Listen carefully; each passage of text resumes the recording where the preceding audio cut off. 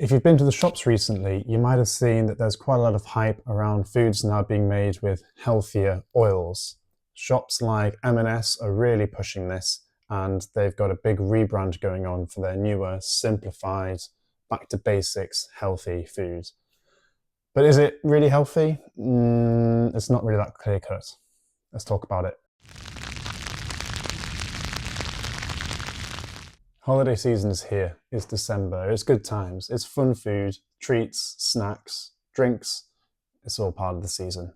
For me, this is always a dangerous time of the year for me and my eczema. I'm really trying to resist the temptation of all the treats and the snacks when you see everyone indulging. I like to have a drink as much as the next guy. You know, when you see people having a glass of wine and a glass of whiskey, whatever, you know, it's just a dangerous time. I need to try and stay healthy and not give in to the temptation. So I've been going around the shops, having a look around, seeing if I can find anything that is eczema safe. And I've noticed that M&S are really pushing some of their new foods and simplified products. So I wanted to have a little closer look at them and talk about them a little bit. And when I was looking around the shops, something that really caught my eye was the crisps, or chips if you're outside of the UK. Now, crisps have always been a guilty pleasure of mine. Like I'm addicted to them. I absolutely love them. But they've always brought up my eczema a little bit. They're not good for you. We know they're not good for you. You know, they're potatoes deep fried in oil. That's not going to be good for anyone. And it's always made my eczema a tiny bit worse. And it's just, yeah, one of those ones that I find really hard to resist the temptation for.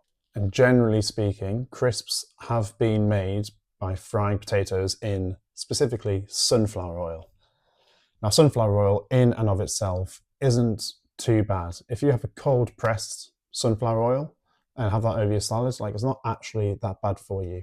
But when you're having it fried, it's just totally different. It then moves towards being a processed food.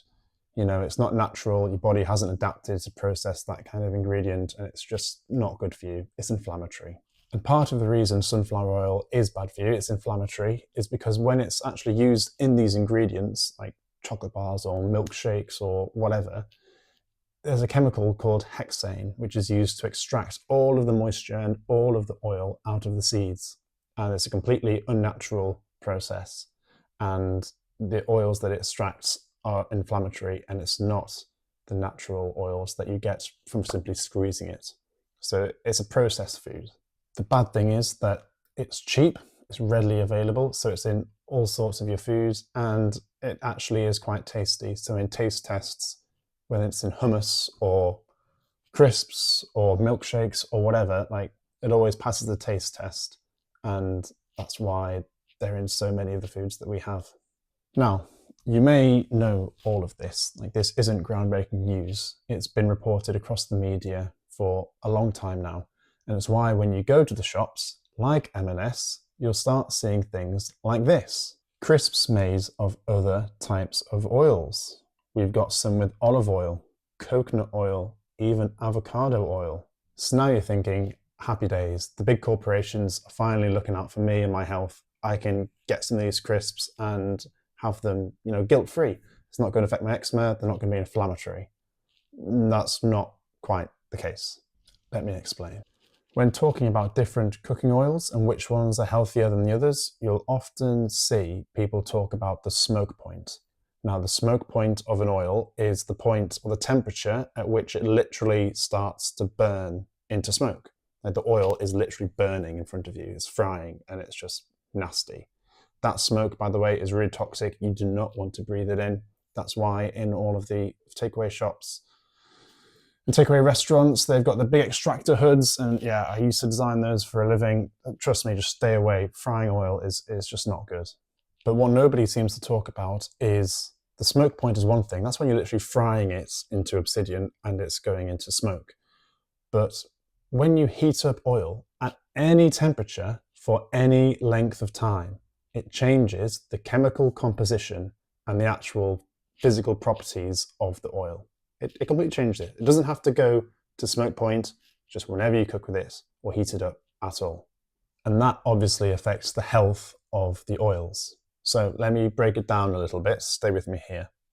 So generally all cooking oils, whether it's sunflower oil, vegetable oil, if you use those, do not use those, olive oil, avocado oil, coconut oil, they're made up of 3 different types of fats. You've got your polyunsaturated, your monounsaturated, and your saturated. So your mono and poly are good for you, like, you know, in various amounts. They're in all sorts of oils and they're good for you. Your saturated fats is what you see that they're not so great. Now, of those 2 oils, the polyunsaturated fats, they break down into harmful compounds when you cook them at any heat. And the monounsaturated fats stand up slightly better, but they do also break down. Now let's take a look at what some typical cooking oils are made up of. I'm going to read off my screen here. So sunflower oil, 20% monounsaturated, 75% polyunsaturated, and 14% saturated. You get different blends for different types of sunflower oils, but those are typical numbers. Now if you go to olive oil, 73% monounsaturated, 11% polyunsaturated, and 14% saturated. Avocado oil, again, very high, 71% monounsaturated, 13% polyunsaturated, 16% saturated. And then you have coconut oil, which is completely different. This is 6% monounsaturated, 2% polyunsaturated, 83% is saturated oil. And this is why cooking with oils is really not safe for eczema and is inflammatory in general. If you have eczema, like, it will show, but for the people who don't have eczema, it might not show.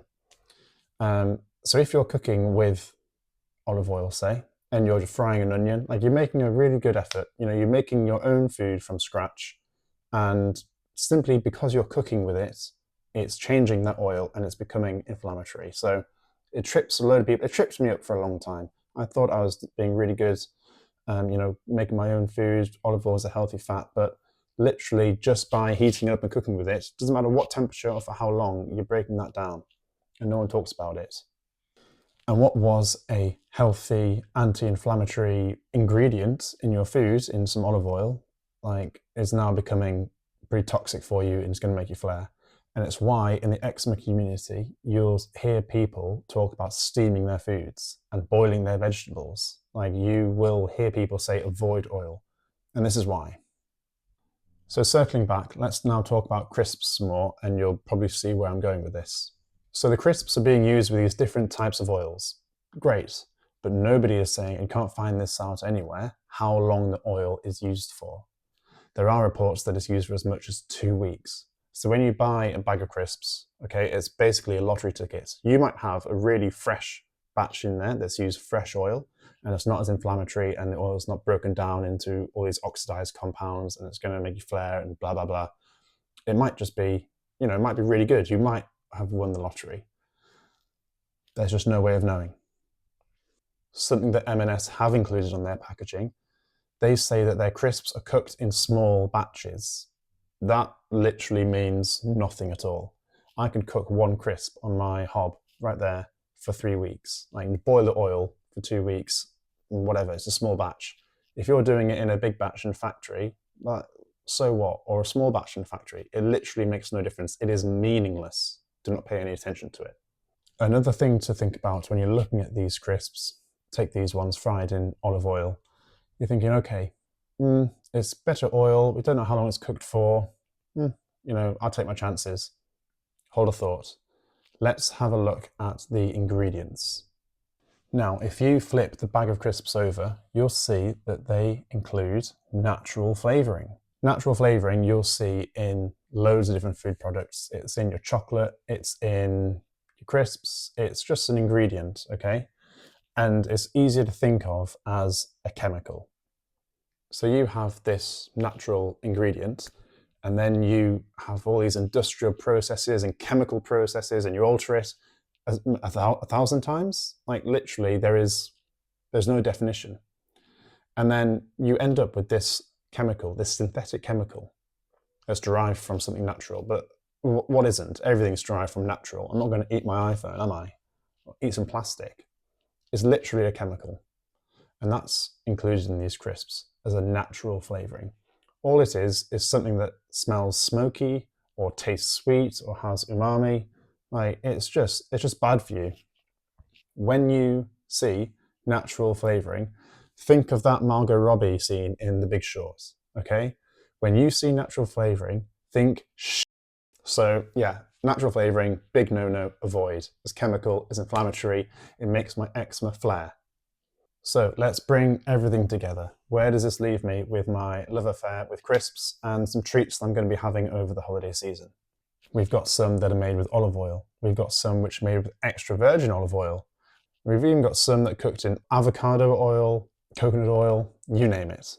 And the bottom line is, the crisps that I'm going to be having over Christmas are these. I've had them before in small amounts and I've not reacted to them at all. They're made in olive oil and they don't have any natural flavours or any chemicals. You know, the ingredient list is very low.